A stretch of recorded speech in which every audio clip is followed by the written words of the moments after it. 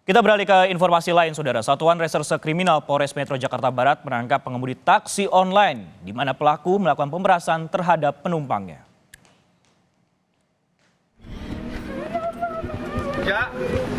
Pelaku menangis saat bertemu keluarganya sesaat sebelum memasuki Polres Metro Jakarta Barat.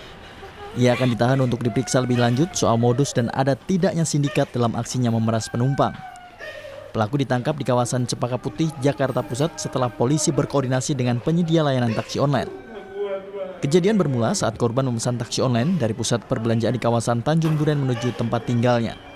Saat di tol Jakarta-Tangerang, pelaku meminta korban mentransfer uang sebesar 100 juta rupiah. Berkolaborasi dengan rekan-rekan dari Grab karena menyangkut dengan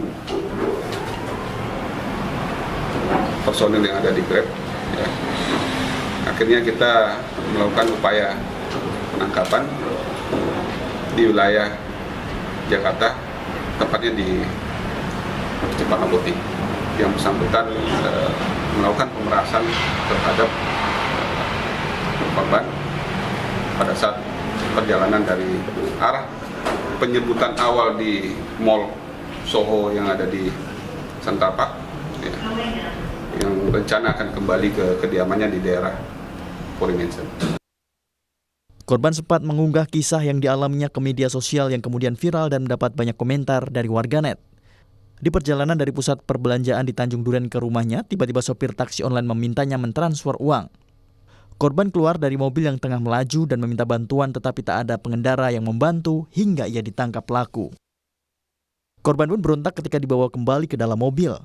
Pelaku tetap memaksa korban mentransfer uang 100 juta rupiah. Ketika korban menolak, ia diancam pelaku akan dibuang ke sungai.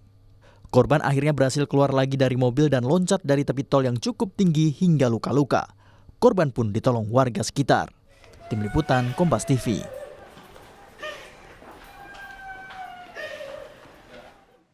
Lebih lengkap kita terhubung dengan jurnalis Kompas TV Putri Oktaviani di Polres Metro Jakarta Barat untuk memantau kasus ataupun juga perkembangan driver taksi online yang memeras penumpang. Okta, selamat siang. Jadi apa kemudian yang menjadi modus pelaku melakukan pemerasan?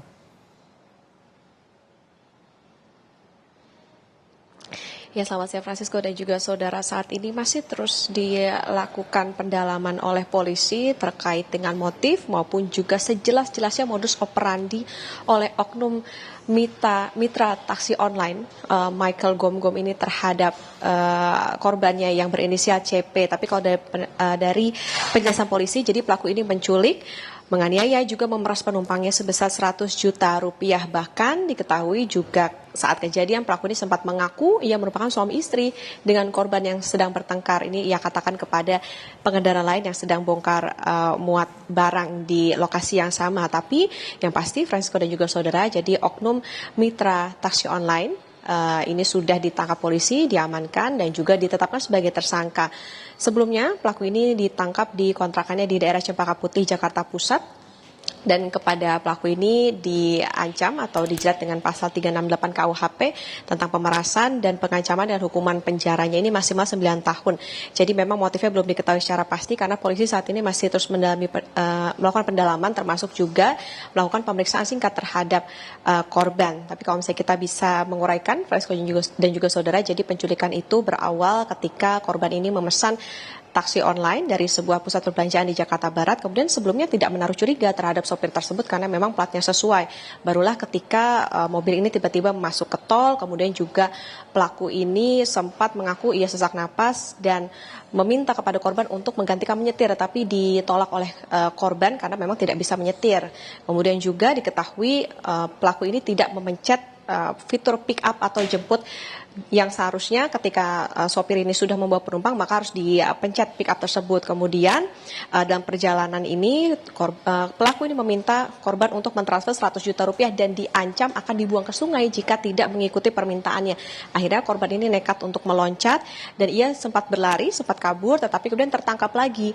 Dan kemudian ketika sempat akan masuk ke dalam mobil lagi, ternyata ia sempat melarikan diri karena memang sempat menahan pintu mobil.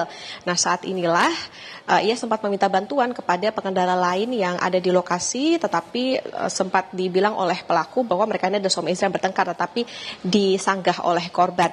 Dan dari akun media sosial milik korban ini diketahui memang dari penyedia layanan taksi online akan memberikan bantuan, Francisco dan juga saudara. Jadi akan diberikan bantuan berupa konseling psikologi, penjagaan 24 jam, serta layanan transportasi dengan pengemudi perempuan.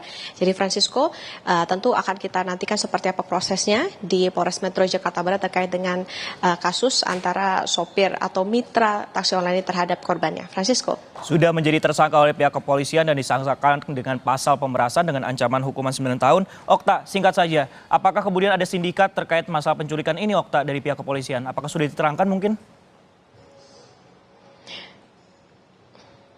Ya, nah ini Francisco, jadi memang terkait dengan motif pun juga saat ini masih terus digali oleh polisi, termasuk juga apakah ini merupakan sindikat, karena diketahui ketika menjalankan aksinya ini kan pelaku juga melakukannya secara sendiri. Jadi apakah nantinya diketahui ini merupakan sindikat atau bukan, ini yang tentu akan kita nantikan bersama dan kita pantau bersama dari hasil pendalaman polisi.